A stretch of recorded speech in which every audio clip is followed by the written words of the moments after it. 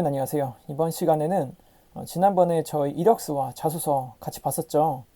이제 거기서 저희 그림을 그려봤을 때, 면접관의 입장에서 저희 그림을 그려봤을 때 어떤 부분들이 조금은 부족한지, 그림이 잘 안 그려지는지에 대해서 한번 파악을 해본 다음에 제가 어떤 식으로 그것을 면접에서 극복했는지에 대해서 한번 말씀을 드려보겠습니다. 여러분들이 이 영상을 끝까지 보시게 된다면은 저와 비슷한 성격과 그런 가치관을 가지고 있으시면 직접적인 도움을 받을 수 있을 것이고, 그렇지 않다고 하더라도 어떤 식으로 이력서와 자소서에 대한 부족한 부분을 이제 면접에서 커버할 수 있을지에 대해서 전략적으로 생각을 해 보실 수 있을 것입니다. 네, 한번 전략을 논하기 앞서서 지난번에 저희 이력서와 자소서 한번 같이 간단하게 리뷰를 해 볼게요. 일단은 저희 그 직무는 이제 회로 설계였었고, 저는 이제 그 중국 신입이었었죠.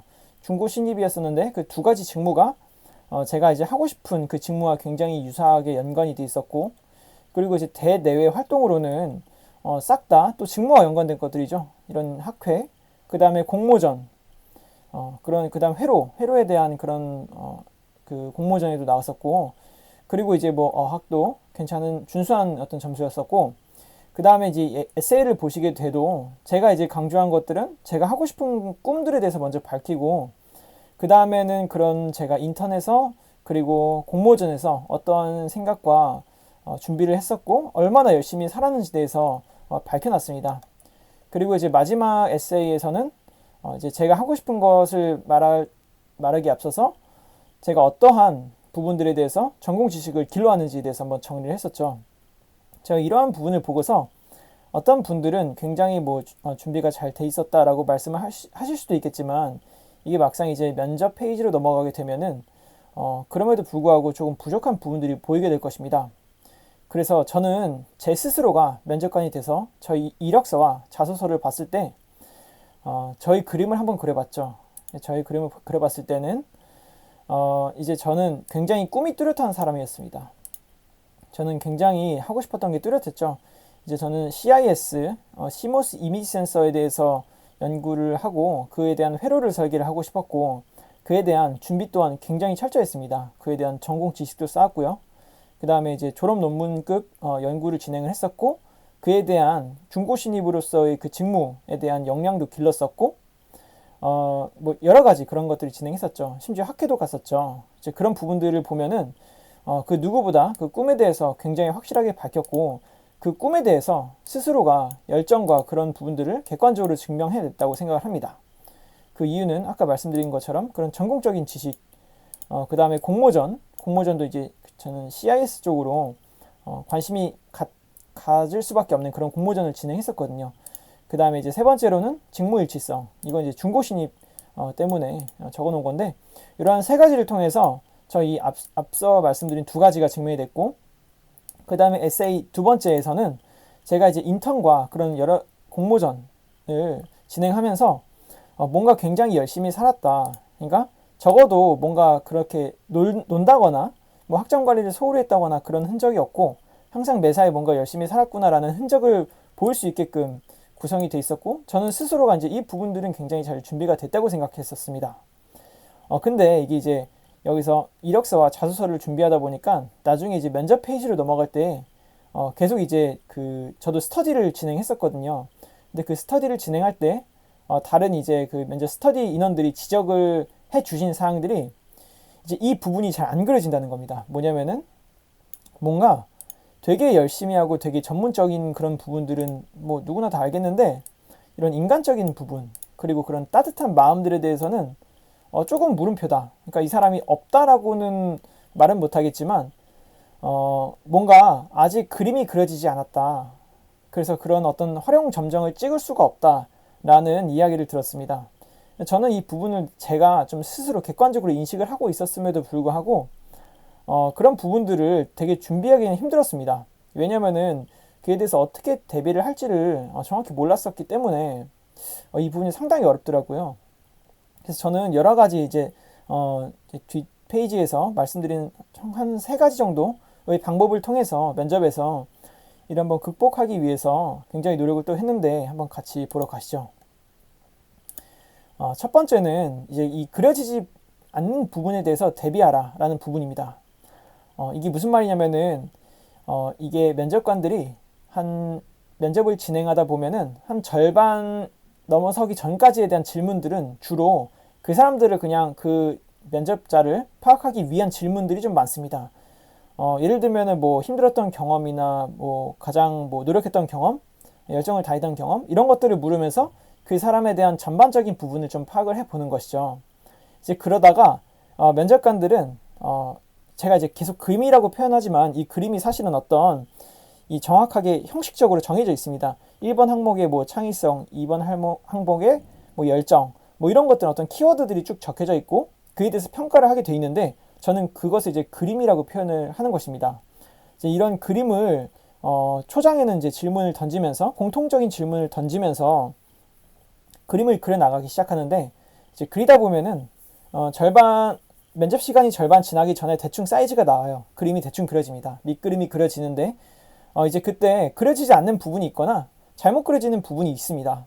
그래서 사실은 이제 좀 잘못 그려지는 부분이 생기게 되면은 면접은 이제 떨어질 확률이 상당히 높아지겠지만 뭔가 그려지지 않는다라고 한다면은 면접 시간이 절반이 넘어가면서 그에 대한 질문을 할 가능성이 높아집니다. 그래서 여러분들도 면접을 대비할 때는 면접 후반부에 나오는 질문들은 여러분들이 좀 애매한 부분들, 그림이 좀 잘 안 그려지는 부분들에 대해서 집중적으로 질문을 하는 것이기 때문에 어떻게 보면은 그런 후반에 대한 그런 질문에 대한 답변은 더욱더 전략적으로 대비를 할 필요가 있습니다. 그래서 저는 앞서 말씀드린 이 인간적이고 이런 따뜻한 면에 대한 부분은 불확실했기 때문에 이것을 두 가지의 질문을 통해서 극복하고자 했는데 첫 번째 질문은 이제 동아리 질문 혹은 이제 대내외 질문을 묻는 것을 통해서 말씀을 드리기로 했습니다. 어떻게 준비를 했었냐면은 제가 이전 직장에서 이제 그 봉사활동을 한 적이 있었는데 그것을 어차피 이제 확인을 못하기 때문에 학교에서 제가 이제 대학교 생활을 할 때 했다고 그러니까 사실에 기반한 그런 어떤 조미료를 친 거죠. 사실에 기반한 조미료는 면접에서는 저는 always okay라고 생각하는데 이제 그것 어떤 내용이었냐면은 제가 이제 예를 들면은 뭐 면접관이 이렇게 물어볼 수 있겠죠. 뭐 동아리 활동은 하지 않았는지 그런 공모전 같은 거 열심히 했는데 동아리 활동 같은 건 한 번도 해본 적이 없습니까? 라고 물어볼 때는 이거는 저는 정확하게 이거 물어보려고 하는 거거든요. 그러니까 저는 다른 거 완벽한데 이거가 지금 걸린다. 이거 물어보는 거예요. 그래서 여기서 대답 못하면은 굉장히 좀 애매해지는 국면으로 접어들기 때문에 저는 이제 그때 뭐 면접관님 저는 이제 동아리 활동을 따로 하진 않았지만 그 방학에는 따로 시간을 내서 봉사활동을 한 경험이 있습니다. 이런 식으로 말을 한 다음에 어떤 봉사활동이었었냐면은 그 노인분들을 초청을 해가지고 같이 이제 좀 레크레이션도 진행하고 하는 그런 봉사활동이었었는데 저는 그때 그런 저희 사소한 행동 하나하나에도 그 노인분들이 굉장히 그런 감사함을 많이 표시를 했습니다. 근데 제가 이제 그것을 보고 제가 하는 행동, 그런 작은 행동들이 남들한테 그런 어떤 영향을 미칠 수도 있구나라는 것을 깨닫고서 앞으로도 항상 행동을 할 때 그런 사소한 행동 하나하나에도 신경을 쓰고 남을 좀 배려하기 위해서 노력을 해왔습니다. 뭐 이런 식으로 대답을 하려고 했었고 두 번째로 이 취미에 대해서는 배드민턴을 적었었죠. 근데 이 배드민턴도 단지 어떤 그런 치는 행위에 대해서만 말하는 것이 아니라 이렇게 또 이제 말을 하려고 했습니다. 저희 취미는 이제 배드민턴인데 물론 이제 배드민턴을 치는 것도 좋아하지만 배드민턴이 끝나고 나서 제가 이제 그 회사에서 배드민턴 클럽을 운영했었거든요. 근데 배드민턴이 끝나고 나서 다른 사람들과 함께 뒤풀이 하는 것을 더 좋아했습니다. 왜냐면은 이제 뒤풀이를 하면서 어떤 그런 회사에서 받은 스트레스도 좀 풀고 그 다음에 제가 몰랐던 어떤 삶에 대해서도 이야기를 들으면서 그런 자리 자체가 굉장히 좀 즐거웠었다. 이렇게 이제 말씀을 간단히 드리려고 했는데 이렇게 이제 간단히만 어필을 함으로써도 배드민턴이라는 어떤 그런 취미 생활을 회사에서 주도해서 이렇게 조직력 있게 뭔가 한다는 것 자체도 쉬운 일이 아니지만 거기서 더 나아가서 그런 부분을 즐겨 했다는 것 자체가 어떻게 보면은 이런 제가 너무 회사 일에만 몰두하는 것이 아니라 그런 인간적인 부분도 있고 그런 아까 말씀드린 봉사활동에 대한 부분은 측은지심을 갖고 어떤 그런 따뜻함, 인간적인 부분도 함께 보여줄 수 있는 컨텐츠라고 생각을 했습니다. 그래서 그런 식으로 사실에 기반한 조미료를 왕창왕창 쳐가지고 준비를 했고, 근데 막상 면접이 진행되는 동안에는 이 두 가지 질문은 들어오지 않았습니다. 제 생각에는 그냥 면접관 나름대로 저를 판단해가지고 그것을 그려냈고, 혹은 이제 그냥 합격 선산에 올려놓고서 따로 질문을 하지 않은 것 같은데, 저는 이제 그 면접을 준비하면서는 이 부분은 항상 약하다고 판단했기 때문에 굉장히 철저하게 준비를 했습니다. 자, 그럼 여러분들이 이렇게 질문을 할 수 있겠죠. 뭐냐면은, 면접관들이 그것을 이제 부족하다고 판단했는데, 그게 이제 물음표로 찍어놓고서 물어보는 것이 아니라 그냥 본인이 나름대로 저 사람은 인간적인 면이 없네라고 생각해서 잘못 그려놓은 채로 끝나면 어쩌나 라고 생각을 하실 수도 있는데, 이제 세 번째 전략이 바로 이거죠. 그것을 마지막 할 말을 통해서 그걸 전략적으로 좀 활용을 하는 그런 방법도 생각을 했습니다. 저는 굉장히 어떤 그런 그 진지한 이야기나 전공적인 이야기를 할 때는 이상하게 이 미소가 안 나오더라고요. 저도 이제 그냥 일상적인 얘기나 저희 그 스토리를 이야기할 때는 굉장히 당연히 좀 편하게 말을 하면서 자연스럽게 미소가 나오기 때문에 이제 그런 부분들이 평상시에는 문제가 되지 않는다고 생각했는데, 이게 막상 면접을 하게 되면 긴장도 하는 부분이 있지만 이게 연습으로도 이 미소가 안 나오더라고요. 뭔가 이렇게 진지하게 이야기하는데 저는 웃는다는 것 자체가 사실 좀 개인적으로 용납이 안 되는 어떤 그런 부분이 있었던 것 같습니다.